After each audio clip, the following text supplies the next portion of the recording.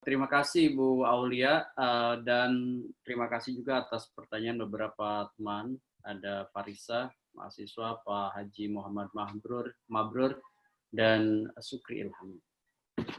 Saya mulai dulu dari pertanyaan Farisa.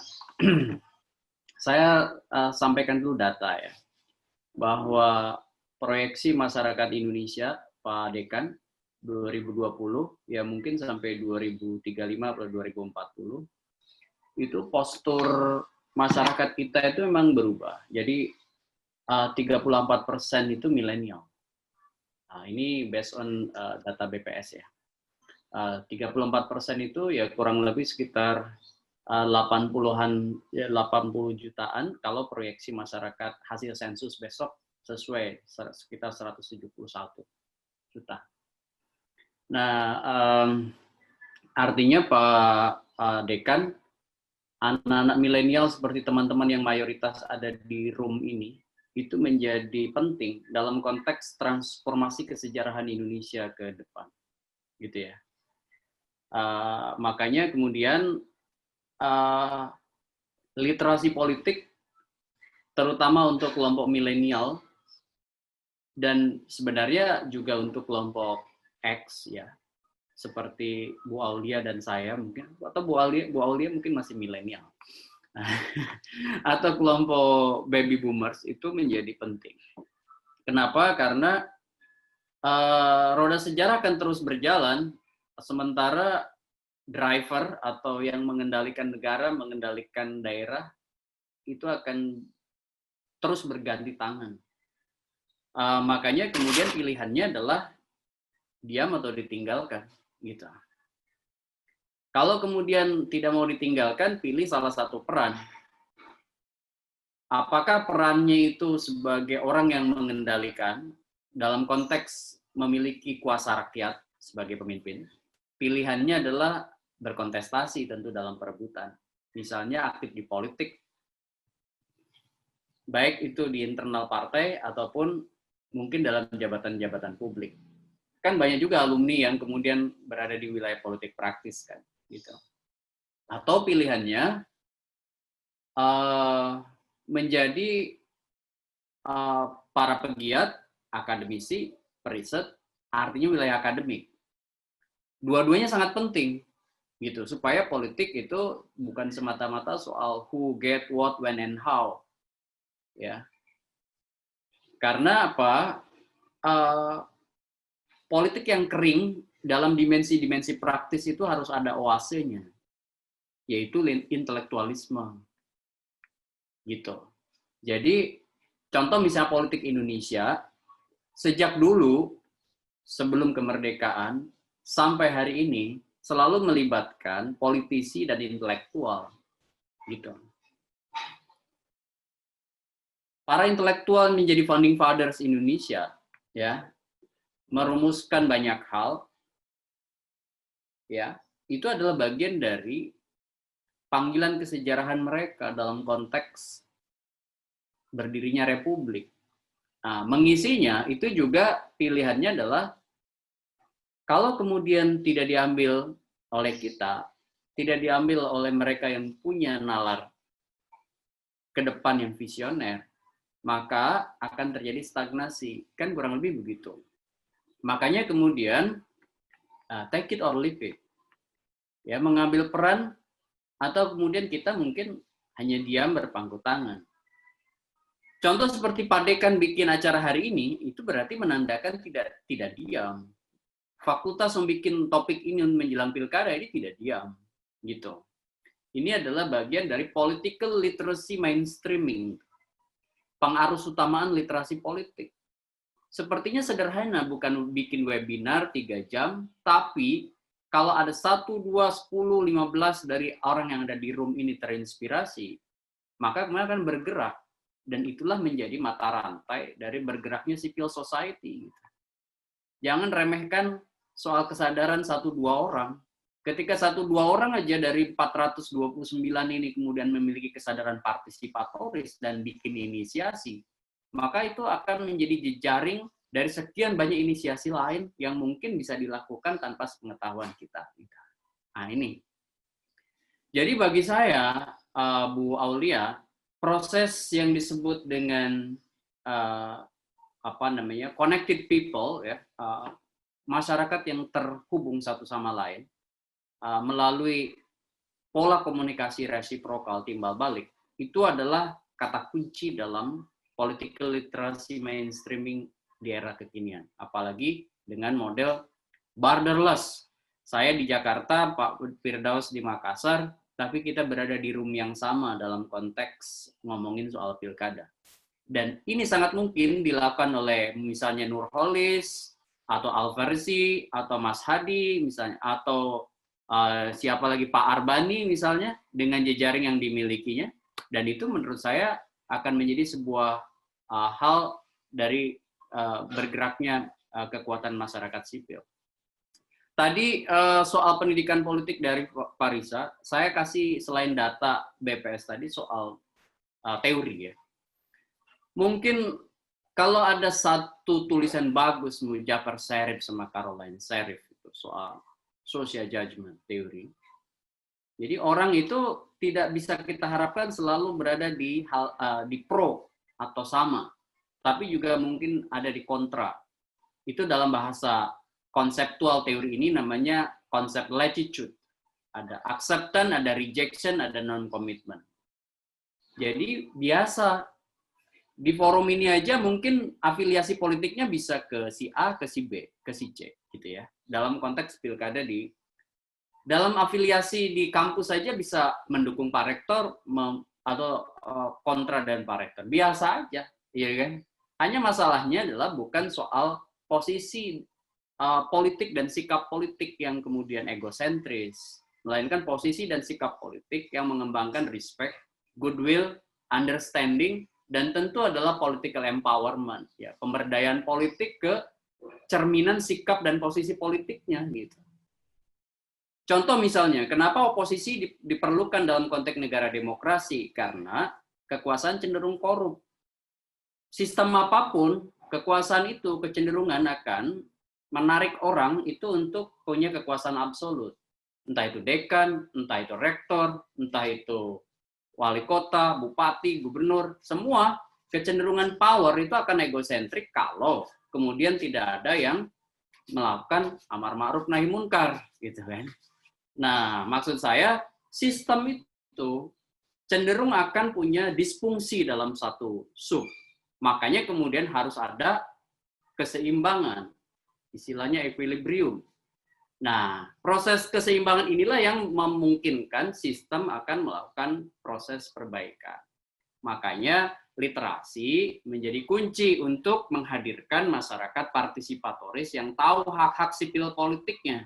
Misalnya, mahasiswa jadi tahu hak sipil politik sebagai mahasiswa di kampus apa. Kemudian tahu hak sipil politik sebagai warga masyarakat apa. Contohnya misalnya, hak untuk memilih, hak untuk dipilih, hak untuk freedom of expression, terutama dalam batas-batas yang dimungkinkan oleh undang-undang, gitu. Nah, hal seperti itu menurut saya butuh yang disebut dengan literasi. Literasi itu bukan soal melek baca, tapi kalau kita baca sejarah ya mulai dari Paul Gurkowski sampai misalnya Essay on Citizenship-nya Bernard Crick dalam konteks literatur soal political literacy, itu sekali lagi bukan semata-mata orang tahu, tapi orang bersikap dan orang terampil dalam konteks mendiseminasikan gagasannya juga ke orang lain, gitu.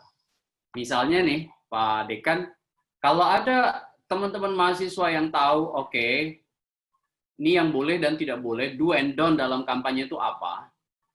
Sederhana aja, misalnya mulai dari bisa nge-tweetkan di media sosialnya, atau memberitahu temannya, dan kemudian melakukan jejaring untuk misalnya sama-sama memastikan bahwa pelanggaran itu tidak terjadi, terutama di lingkungan terdekatnya.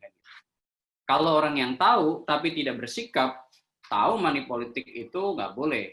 Tapi ketika datang misalnya amplop atau ketika punya jabatan menerima gratifikasi, misalnya 1 juta, 3 juta, 5 juta, itu dianggap sebagai sebuah berkah, maka tentu itu tidak punya sikap. Jadi pengetahuan, orang tahu, punya sikap, dan tentu punya keterampilan untuk mendiseminasikan apa yang diketahuinya pada orang banyak. Itulah konsep yang disebut oleh Bernard Krieg sebagai literasi politik. Itu ya, Farisa. Jadi memang kampanye itu pendidikan politik. Kalau kita lihat sejarah kampanye gitu ya, itu memang lahir dari kultur demokrasi. Kenapa harus ada kampanye? Karena harus ada persuasi. Apa itu persuasi? Itu gradasi ketiga dalam konteks komunikasi. Dalam komunikasi itu ada gradasi. Pertama adalah pemberitahuan, yang kedua penerangan, 3 persuasi, 4 propaganda, 5 agitasi, 6 indoktrinasi. Gitu. Dan persuasi adalah gradasi ketiga, yaitu memberitahu fakta, menjelaskan fakta, ya. Kemudian memberi argumen. Kenapa Anda harus ikut saya? Kenapa gagasan saya lebih menarik dibanding gagasan orang lain? Maka muncullah tuh visi, misi, program. Contoh misalnya, Sandiaga Uno menawarkan OKOC, One Kecamatan, One Center Entrepreneurship. Itu diuji, dibully, diperdebatkan. Pak Nurdin Abdullah mulai dari Banteng sampai jadi gubernur Sulawesi Selatan itu menghadapi betapa banyak pro kontra gitu ya. Dan saya pikir semua kepala daerah yang hadir di ruang publik sebagai kandidat itu akan diuji oleh publik melalui perdebatan mulai dari remeh-temeh atau receh sampai perdebatan akademik di kampus. Dan itu adalah bagian dari kesejatian pendidikan politik dalam konteks pemilu. Ya pasti tumbuhnya padi akan tumbuh ilalang, tumbuhnya dialektika, ada hoax, ada hate speech gitu. Ya itu sesuatu yang tidak bisa dihindari, tidak mungkin dihilangkan tetapi bisa dibatasi. Misalnya supaya kemudian ada yang peduli, ilalangnya harus dibersihkan. Siapa yang membersihkan? Tidak cukup penyelenggara, dibutuhkan juga peran serta kita gitu. Gitu menurut saya, Farisa. Yang kedua dari Pak Mabrur, lembaga independen yang kemudian melakukan political literacy. Sebenarnya banyak, Pak. Pak Mabrur, saya kasih contoh misalnya. Mungkin Pak Firdaus pernah ikut di inisiatif ini. Contohnya misalnya KPK.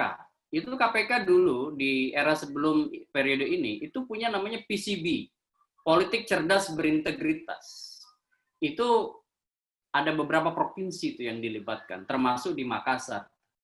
Saya kebetulan asesor program itu, dan itu independen betul, ya materi segala macam itu dibikin bukan oleh KPK, tapi oleh tim ahli seperti saya, Prof. Hamdi Muluk, gitu ya, kemudian ada Jenderal Arifin Muhtar dan lain-lain. Jadi sesuatu yang independen dan saya yakin Pak Firdaus ikut juga mengajar di program ini kan waktu di Makassar dan terasa betul manfaatnya sampai hari ini nih Mas Firdaus. Alumni PCB itu jaringan itu tetap terpelihara dengan baik dan mereka rata-rata menjadi aktivis independen ya.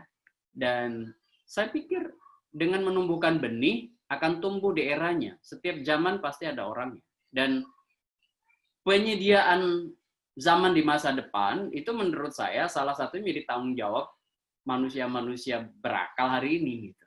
Ya, seperti mungkin Pak Dekan, saya, Bu Aulia, masalahnya adalah orang merasa bahwa cukup hebat sendirian sehingga kemudian tidak menggerakkan sejarah yang ada di sekitarnya. Nah itu orang merasa hebat sendirian itu akhirnya kemudian noble self, merasa dirinya paling benar gitu.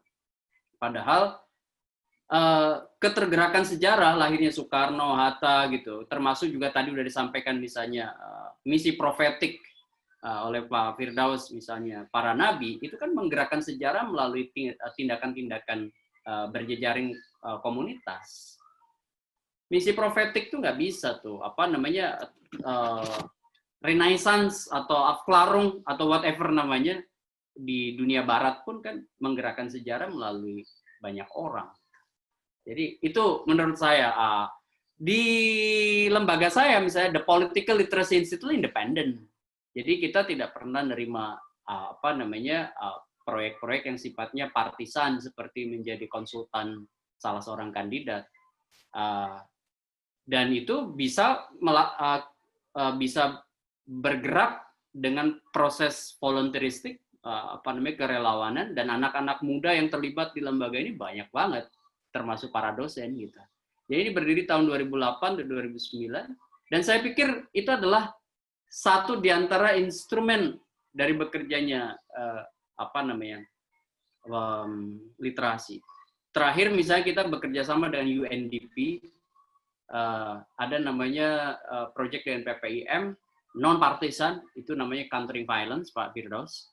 Itu kita bisa kemudian menyadarkan anak-anak muda untuk tidak radikal, tidak menjadi radikalis, tidak menjadi ekstremis, tidak menjadi teroris gitu. Ini juga perhatian yang harus kita jagain. Karena apa? Karena sekarang ini ada transformasi gerakan radikal itu juga melalui cara-cara yang sangat modern, sangat canggih. Selain media sosial, brainwash-nya itu dengan metode-metode baru, berjejaring yang kemudian mungkin penetratif tanpa disadari, tiba-tiba dia sudah berpikir radikalis, gitu, atau kemudian bertindak ekstremis, bahkan tahap lagi dia bisa menjadi teroris. Gitu. Contoh lain, Pak Mabrur, itu ada misalnya program CPID, Civilizing Politics for Indonesian Democracy. Itu inisiatif yang sayangnya itu bukan dari pemerintahan kita, tapi dari salah satu organisasi nirlaba di Jerman, namanya Konrad Adenauer Stiftung, gitu. Dan itu proyeknya ada di Indonesia, gitu. Bagaimana membangun pemberdayaan politik warga masyarakat. Mungkin Pak Firdaus juga pernah tuh ya, saya seingat saya dulu pernah juga kemudian mengajar di program ini, di CPID ini. Saya kebetulan juga asesor program ini, jadi tahu persis bahwa seluruh konsep dari A sampai Z itu tidak ada intervensi dari pihak manapun. Dan buktinya itu cukup signifikan. Anak-anak muda yang bergabung di program ini dan masuk ke politik praktis, karena yang CPID ini harus namanya strategi penetrasi, ibarat bola tuh mereka diharapkan jadi striker di partai. Itu luar biasa. Contoh misalnya di Makassar, Mas Firdaus, ada nama Irma yang jadi anggota DPRD Sulawesi Selatan. Itu alumni dari program CPID itu. Ada beberapa yang kemudian di daerah menjadi wakil ketua DPRD, jadi anggota DPRD dan lain-lain. Tapi mindset mereka bukan mindset Machiavellian, ya, bukan dengan mindset menghalalkan segala macam cara dalam politik. Dan itu nggak bisa kita cuma mengutuk politik itu hitam, tidak melakukan apa-apa, atau sebaliknya kita apatis, berpangku tangan, tetapi kemudian menggerutu. Menurut saya pilihannya adalah ambil bagian, cara mengambil bagiannya bisa dua peran. Masuk sebagai striker dalam konteks di politik praktis, atau menjadi begawan yang menjaga etika moral dan memasok konsep-konsep gagasan di ruang publik supaya menjadi oase, menjadi intelektual begitu, atau menjadi pegiat aktivis. Sama-sama penting perannya. Dan lembaga-lembaga seperti itu menurut saya harus ada di kampus. Makanya tadi saya mendorong seperti di Banjarmasin ada tuh Political Literacy Institute atau semacam pusat kajian pendidikan politik warga atau apapun namanya, yang itu kemudian bisa jadi melibatkan mahasiswa dan mahasiswa bisa bergerak lagi sesama mahasiswa atau bergerak di jaring ke masyarakat melalui LKP dan lain-lain. Hanya mindsetnya jangan dimulai dari itu sebagai proyek, melainkan itu sebagai kesadaran kolektif. Terakhir dari Sukri Ilhami, ya manuver politik yang tadi bagus juga tuh diksinya, manuver politik yang kerap kali gila, gitu ya. Ya memang begini, Sukri, saya melihat ada dimensi dalam politik itu yang sebut aja sebagai basic instinct atau animal instinct dari manusia, gitu. Sebagai zone politikon, ya, yaitu apa? Ya, basic instinct atau animal instinct-nya, ya siapa yang kuat dia yang kemudian berkuasa. Dan itu contohnya udah banyak. menurut saya praktek politik di pilkada bisa menjadi contoh. Misalnya bagaimana dinasti itu muncul, menguat, dan kemudian selalu membutuhkan estafeta ke orang yang bisa dikendalikan. Sehingga kemudian dinasti semakin kuat, semakin kuat, semakin kuat. Gitu. Itu bisa kita lihat contoh misalnya di banyak daerah. Di Banten, di Kalimantan, ya, Timur, ya, Kalimantan Timur, kemudian saya nggak tahu, dinasti di Kalimantan Selatan. Di Makassar jelas banyak juga, ya kan. Nah, ini adalah soal proteksi kekuasaan. Bahkan pola-pola baru sekarang ada istilah dikenal namanya politik ijon, ya. Politik ijon itu masuknya misalnya investor dalam kontestasi melalui orang yang kemudian di-endorse, biasanya di belakang. Bahkan ada kecenderungan pola di pilkada itu dari sejak 2015 ke sini membeli semua perahu partai untuk kemudian meminimalkan resiko kekalahan dengan cara partai-partai itu rombongan mendukung salah satu pasangan calon gitu. Dan di beberapa daerah itu ada investornya, biasanya pengusaha yang kemudian punya kepentingan dengan sumber daya alam. Seperti Kalimantan Selatan ini kaya sumber daya alam. Makanya banyak pasti pengusaha yang mau investasi dalam pemenangan. Itu namanya kalau dalam pendekatan Gary W. Cox di Opportunity Structure Perspective sebagai cost of entry atau biaya masuk pertarungan atau biaya masuk gelanggang. Dan bisa aja kemudian di situ terjadi yang disebut dengan penguasaan hulu ke hilir, ya. Penguasaan hulu ke hilir dalam konteks politik mulai dari misalnya pembuat kebijakan, regulator seperti penyelenggara KPU, sampai kemudian ke simpul-simpul akar rumput seperti Ormas dan OKP. Nah, ketika itu sudah dikuasai dalam satu sistem, maka terjadilah ketertutupan sistem pemilihan bukan berdasarkan kesadaran, tetapi dipaksakan melalui misalnya politik yang oligopolistik, gitu. Nah, tetapi selalu ada ruang bernapas dalam kepengapan. Menurut saya selalu ada peluang untuk kemudian berperan. Salah satu hal itu mungkin terlihat dari peristiwa di Makassar, iya kan? Ini Makassar ini prototipe contoh yang menarik tuh jadi laboratorium politik. Bagaimana misalnya kandidat tunggal gitu ya, itu kemudian mendapatkan perlawanan. Tentu di belakangnya ada pelaku politik yang mungkin bertarung dan disingkirkan gitu, ya kan? Dan itu saya pikir bisa kemudian menjadi bagian dari ekspresi perlawanan terhadap kekuatan dominan. Jadi bagi saya ini akan menjadi sebuah hal yang menarik. Bahasa saya selalu ada ruang bernapas dalam kepengapan. Karena sistem itu selalu akan menyediakan ruang di mana ruang itu bisa diisi oleh siapapun. Tidak seluruhnya zonasi itu bisa dikendalikan. Tidak seluruhnya juga manusia dengan akalnya itu bisa diikat ya dalam satu afiliasi politik yang sama. Sehingga kemudian selalu aja ada ruang terbuka. Contoh misalnya, sekarang Pak Jokowi menguasai kekuatan politik yang sangat dominan, bahkan cenderung bisa majoritarian tendensi gitu ya.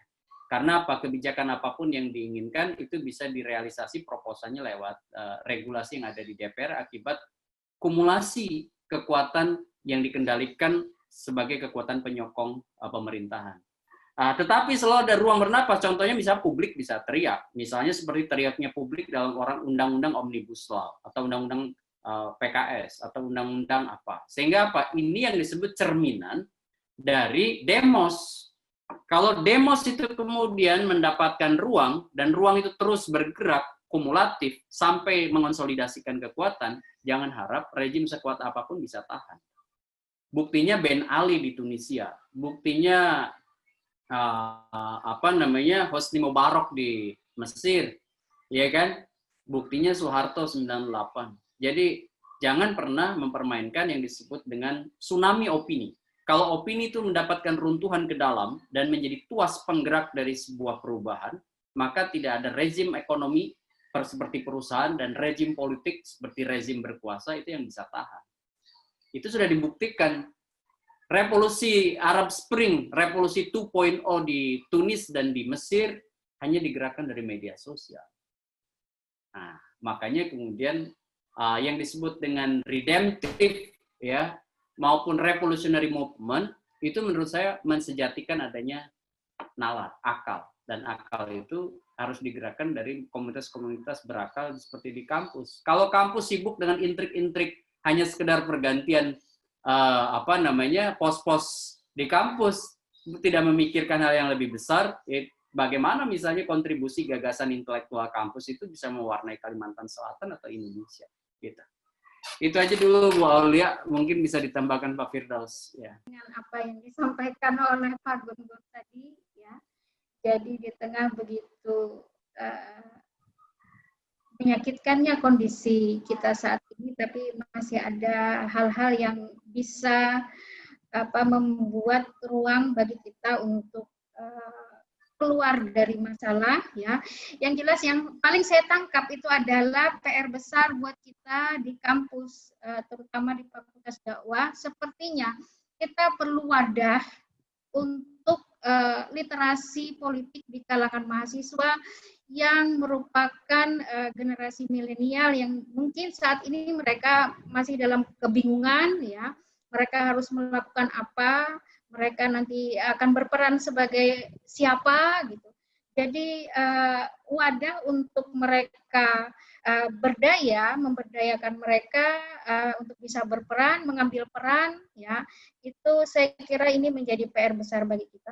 Sebelum saya serahkan kepada Pak Firdaus untuk memberikan tanggapan selanjutnya, mungkin kami juga mengharapkan ada closing statement dari Pak Gun-Gun untuk materi ini. Silakan Pak. Oke, baik.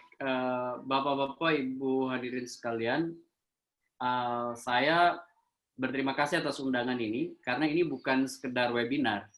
Ini adalah bagian dari transformasi kesejarahan, Pak Dekan. Ya kan? Karena apa? Karena baseline gerakan kekuatan civil society itu ada di jejaring, kolaborasi. Makanya saya selalu kalau sebisa mungkin ada waktu dan kemudian bisa bersinergi dengan teman-teman di daerah, seperti di Kalimantan Selatan ini adalah sebuah kehormatan. Itu penting. Nah, ada 3 poin di closing ini, Pak Dekan. Pertama, anak muda ini sekarang ini menjadi garda penting dalam konteks aras perubahan politik Indonesia. Banyak sekali sekarang anak-anak muda yang sudah mengambil peran. Misalnya kalau kita hitung jumlahnya di Pilkada serentak 2020 ini udah banyak yang kemudian mencalonkan diri di Pilkada. Banyak anak muda yang menjadi penyelenggara pemilu. Banyak anak muda yang kemudian menjadi pemantau.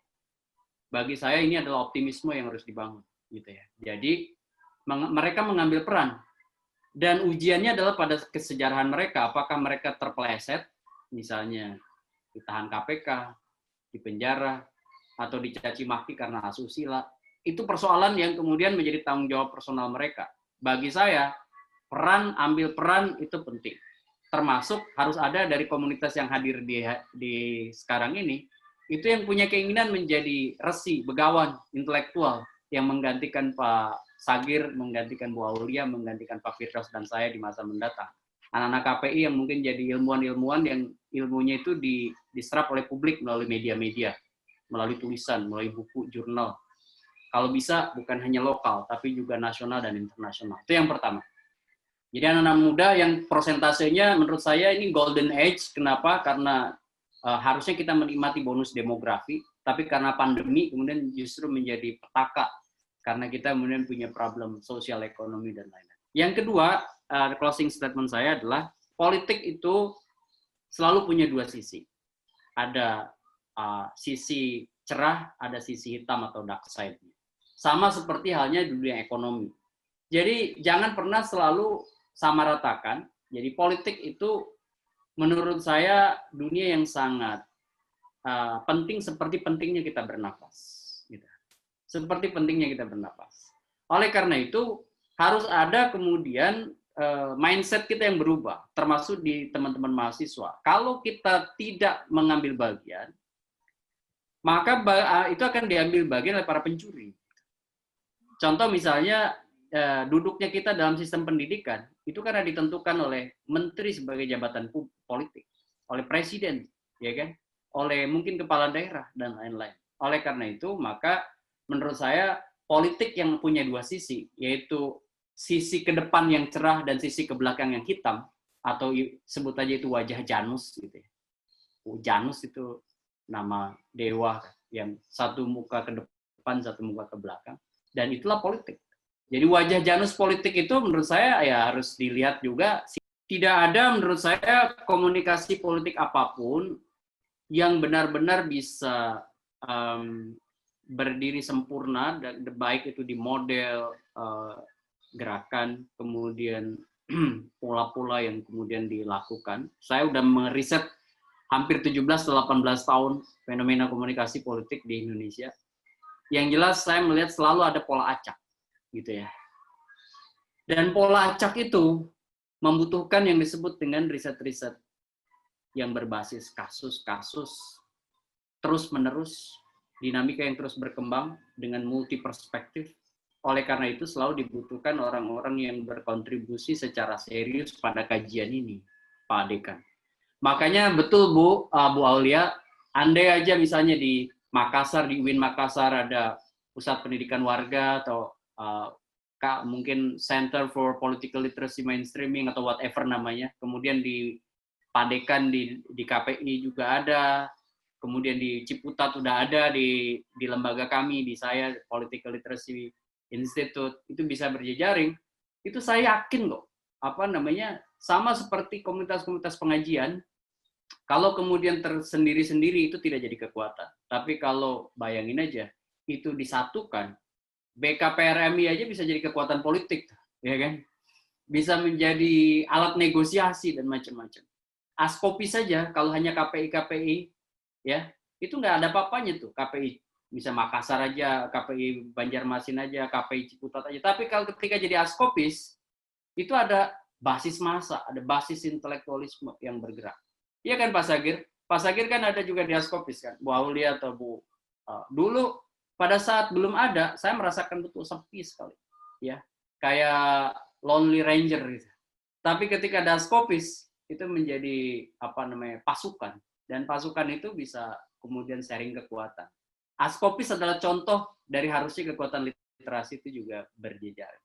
Mudah-mudahan aja melalui askopis, melalui fakultas, melalui ragam institusi pendidikan, Mas Firdaus, kita bergandengan tangan untuk melakukan pemberdayaan politik warga masyarakat. Karena sejarah Indonesia tidak akan berhenti 2020. Ya, mungkin inisiatifnya dilakukan hari ini, tapi bisa dirasakan 20-30 yang akan datang. Demikian Bu Aulia, terima kasih teman-teman, Pak Dekan sudah mengundang Bu Mariatul, dan mohon maaf atas segala kekurangan, apalagi kalau misalnya ada konsep, data, teori yang mungkin dianggap belum dipahami, tidak dipahami, atau mungkin disalahpahami. Terima kasih. Assalamualaikum warahmatullahi wabarakatuh.